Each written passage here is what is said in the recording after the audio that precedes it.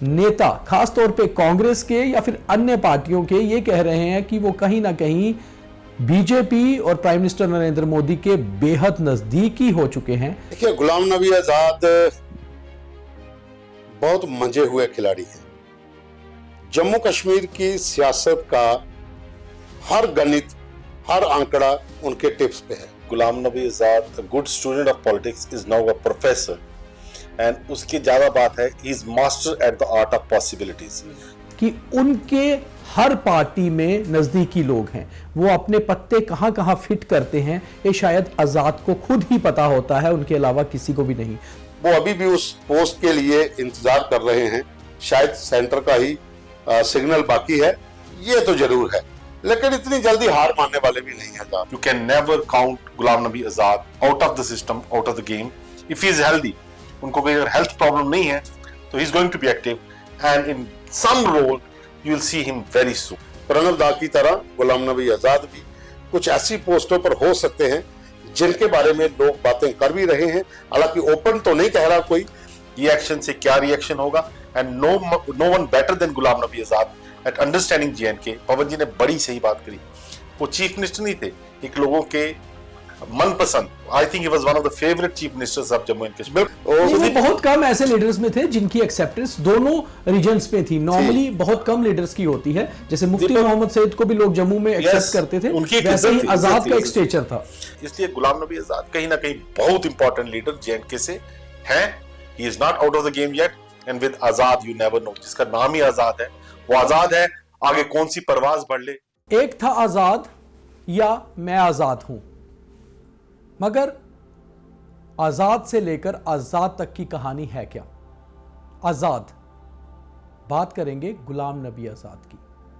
किसी समय जम्मू कश्मीर में कांग्रेस का पत्ता भी गुलाम नबी आजाद के बिना नहीं हिलता था, और भारत के दिग्गज नेताओं में माने जाते थे गुलाम नबी आजाद। और आज जब गुलाम नबी आजाद को बहुत सारे नेता खास तौर पे कांग्रेस के या फिर अन्य पार्टियों के ये कह रहे हैं कि वो कहीं ना कहीं बीजेपी और प्राइम मिनिस्टर नरेंद्र मोदी के बेहद नज़दीकी हो चुके हैं, तो ऐसे में तो गेम ओवर हो नहीं सकती। तो फिर क्या है गुलाम नबी आज़ाद की अगली गेम?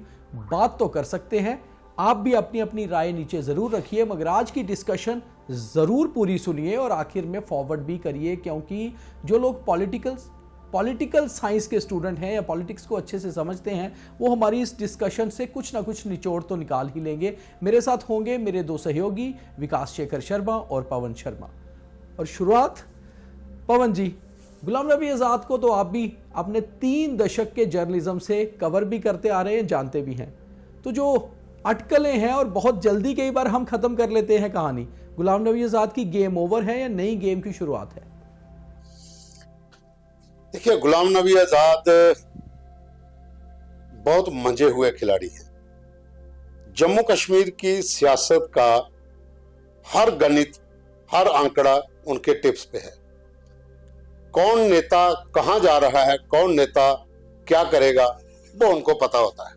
और गुलाम नबी आजाद के बारे में ना एक कहावत है कि जम्मू कश्मीर से लेकर देश के किसी भी राज्य में, यहां पर भी कांग्रेस की सरकार हो, जहां कांग्रेस ने सरकार बनानी हो, तो गुलाम नबी आजाद को रातों रात बुला लिया जाता है। जैसा आपने पहले कहा कि गठजोड़ के खिलाड़ी हैं, तो अभी भी गठजोड़ का ही खेल खेल रहे हैं, क्योंकि वो दूरदर्शी नेता हैं। तो जाहिर सी बात है कि पार्टी से अलग हुए कांग्रेस से।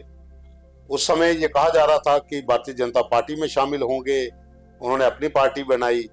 अपनी पार्टी बनाई, जहां बनवाई गई वो अलग मुद्दा हो सकता है, लेकिन गुलाम नबी आजाद आज उस मुकाम पर हैं कि पार्टी भले ही बिखर गई हो, सब लोग छोड़ के चले गए हों, लेकिन वो अभी भी उस पोस्ट के लिए इंतजार कर रहे हैं, शायद सेंटर का ही सिग्नल बाकी है, लेकिन एक अच्छी जगह पर जाएंगे, ये तो जरूर है। लेकिन इतनी जल्दी हार मानने वाले भी नहीं आजाद। आजाद ने वो वक्त भी देखा है जब ठेकेदारी करते थे, तो कांग्रेस के युवा नेता भी थे।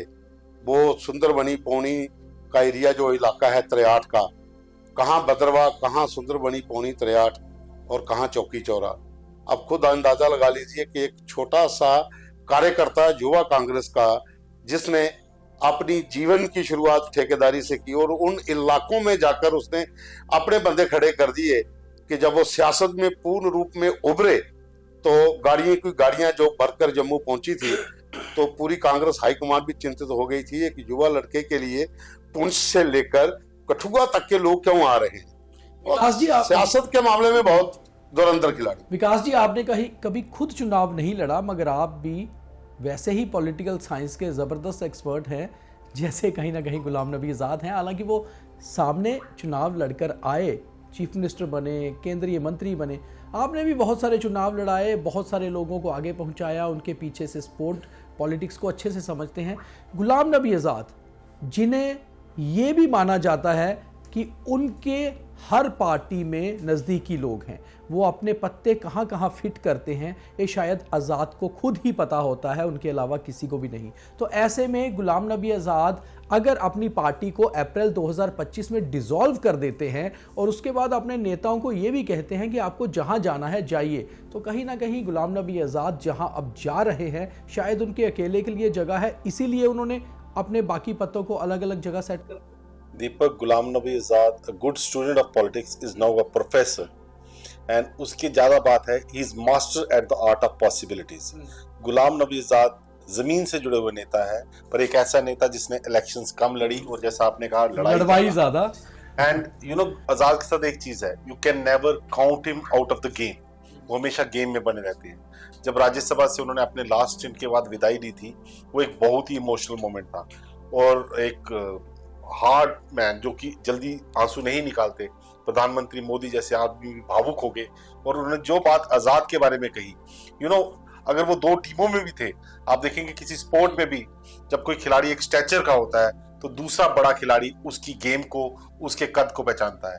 लेकिन उसके बाद जब गुलाम नबी आज़ाद ने असेंबली इलेक्शन से पहले अपनी पार्टी बनाई तो कहीं ना कहीं सिग्नल था कि ये पार्टी का मोटिव क्या है, और उसके पीछे कहीं ना कहीं जो पॉलिटिक्स को समझते हैं, जो अभी अमित शाह जी की और मोदी जी की पॉलिटिक्स को समझते हैं, तो उन्होंने शायद, कैमरा पे लोग शाये करते हैं, उन्होंने इस गेम को समझा और इलेक्शन आते आते वो पार्टी डाइल्यूट हो गई और अभी फिजल आउट होनी थी, because that was a phase, that was you know for a reason, and no one will ever know the reason till someone writes a biography. But अभी ये पार्टी का विले जो हो गया और most of the members have gone back and joined the original river, that's Congress. I think इसमें भी एक सिग्नल है, you can never count Ghulam Nabi Azad out of the system, out of the game if he is healthy. उनको कोई अगर health problem नहीं है तो he is going to be active and in some role you will see him very soon. पवन जी, गुलाम नबी आज़ाद के लिए बहुत मशहूर है एक बात, ये कहते हैं कि गुलाम नबी आज़ाद ड्राइंग रूम में बैठकर पॉलिटिक्स कर लेते हैं और ड्राइंग रूम से ही बैठकर कहीं भी चीज़ें सेट कर लेते हैं। ऐसे पॉलिटिशियंस हमेशा अपने दिमाग में पॉलिटिक्स की गेम चलाते रहते हैं, जो एक पॉजिटिव चीज़ होती है एक पॉलिटिकल साइंस के स्टूडेंट के लिए, और ख़ास तौर पे इंडियन डेमोक्रेसी में इसका बहुत बड़ा स्थान है क्योंकि यहाँ जोड़ तोड़ की राजनीति होती है। अगर आज भी हम बात करें, गुलाम नबी आज़ाद 2022 अगस्त में कांग्रेस को छोड़ते हैं, सितंबर में अपनी पार्टी बनाते हैं, 2024 के चुनाव नहीं लड़ते हैं, अप्रैल 2025 में पार्टी डिसॉल्व कर देते हैं। ये सारा कुछ जो 3 सालों में गुलाम नबी आज़ाद ने किया, लोगों को लग रहा था कि शायद गुलाम नबी आज़ाद विफल हो गए, फेल हो गए। मगर कल मुझे एक बहुत पुराने गुलाम नबी आज़ाद के साथी ने फ़ोन पर एक बात कही, वो बहुत सही बात थी। उन्होंने कहा, प्रधानमंत्री नरेंद्र मोदी जैसा वर्ल्ड लीडर सिर्फ 2 ही कांग्रेसियों की तारीफ की जिन्होंने आज तक कांग्रेस में रहते हुए, एक थे सरदार वल्लभ भाई पटेल और दूसरे थे गुलाम नबी आज़ाद, क्योंकि इसके अलावा जितने भी कांग्रेसी नेता बीजेपी में शामिल हुए तब ही उन्हें प्रधानमंत्री मोदी का स्नेह मिला, उससे पहले नहीं।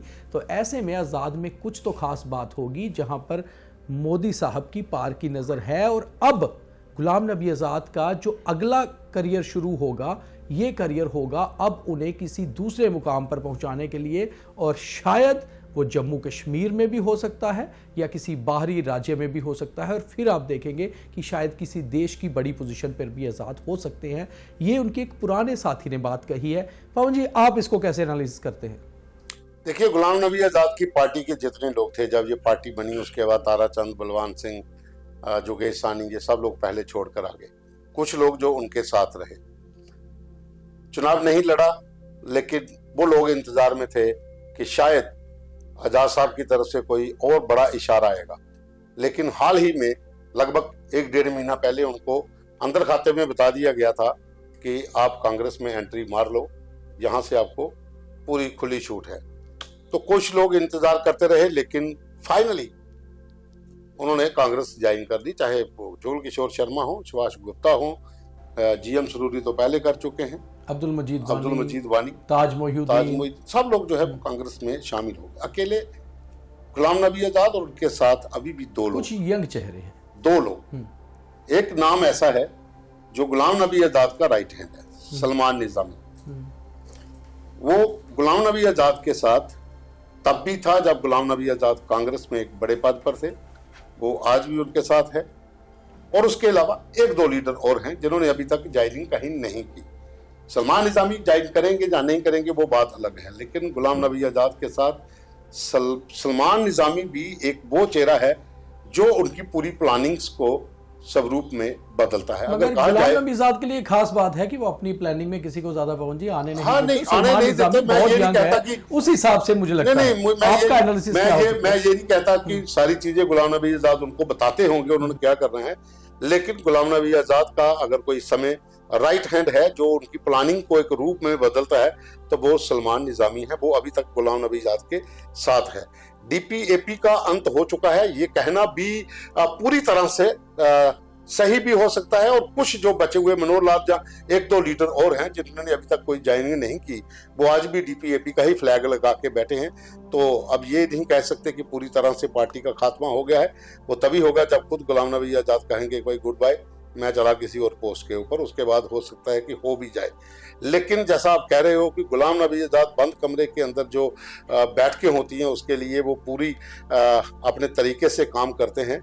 तो जो भारतीय जनता पार्टी के साथ जिस तरह से प्रधानमंत्री ने उनकी तारीफ की थी, वो तो प्रणब जो थे हमारे मुखर्जी, उनकी भी तारीफ बहुत ज्यादा हुई थी और वो भी एक अच्छी जगह पे पहुंचे थे।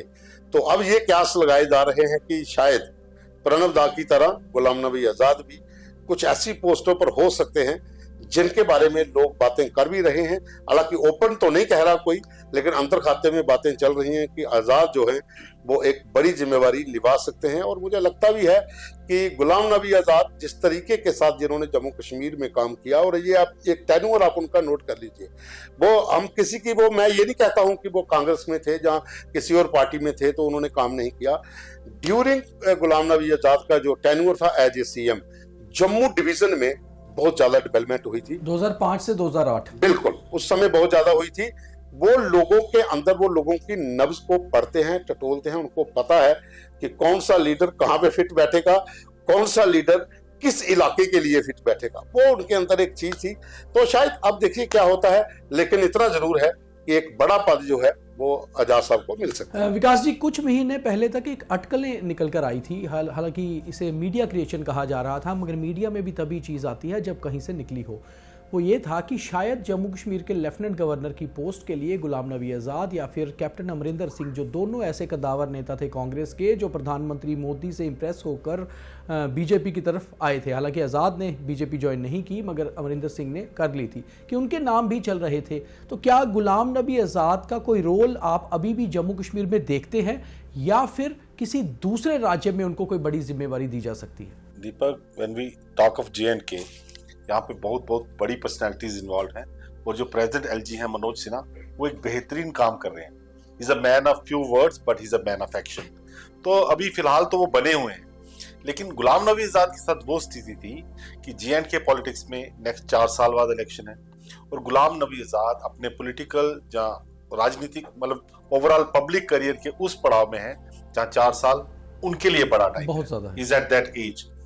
प्लस जरूरी है कि उनको एलजी बनाकर भेजा जाए। एलजी या गवर्नर वो किसी और स्टेट के होते हैं, but he has a strategic role because he knows this state through and through. 2019 से लेकर 2025 हो गया, इस स्टेट में पॉलिटिकली जो लोग एक्टिव हैं वो डिसीजन मेकिंग नहीं कर रहे। और जो जम्मू के भी आप बीजेपी के लीडर देखते हैं, जो कश्मीर के लीडर हैं, उनकी वो पैठ वो पकड़ सेंटर के साथ नहीं। क्या आप समझते हैं जब वो अमित शाह जी के सामने या नरेंद्र मोदी के सामने बैठेंगे वो सच बोल पाएंगे? कई बार तो वो अपनी सीट अपनी गद्दी बचाने में ही लगे रहते हैं। तो चंद लोग हैं, जैसे अभी पीएमओ में डॉक्टर जितेंद्र सिंह हैं, वो जहाँ गुलाम नबी आजाद जैसे लोग जो स्ट्रेटेजिकली सही मार्गदर्शन कर सकते हैं सेंटर का, because to guide someone you should have the GPS, यानी you should know the place, the mentality of the people, ये एक्शन से क्या रिएक्शन होगा, and no one better than Ghulam Nabi Azad at understanding J and K. Pawan ji ने बड़ी सही बात करी, वो चीफ मिनिस्टर नहीं थे, एक लोगों के मनपसंद, I think he was one of the favourite chief ministers of Jammu and Kashmir. बिल्कुल बिल्कुल। फारूक अब्दुल्ला मौज मस्ती आदमी है, फिर भी उनका क्रिटिसिज्म होता है।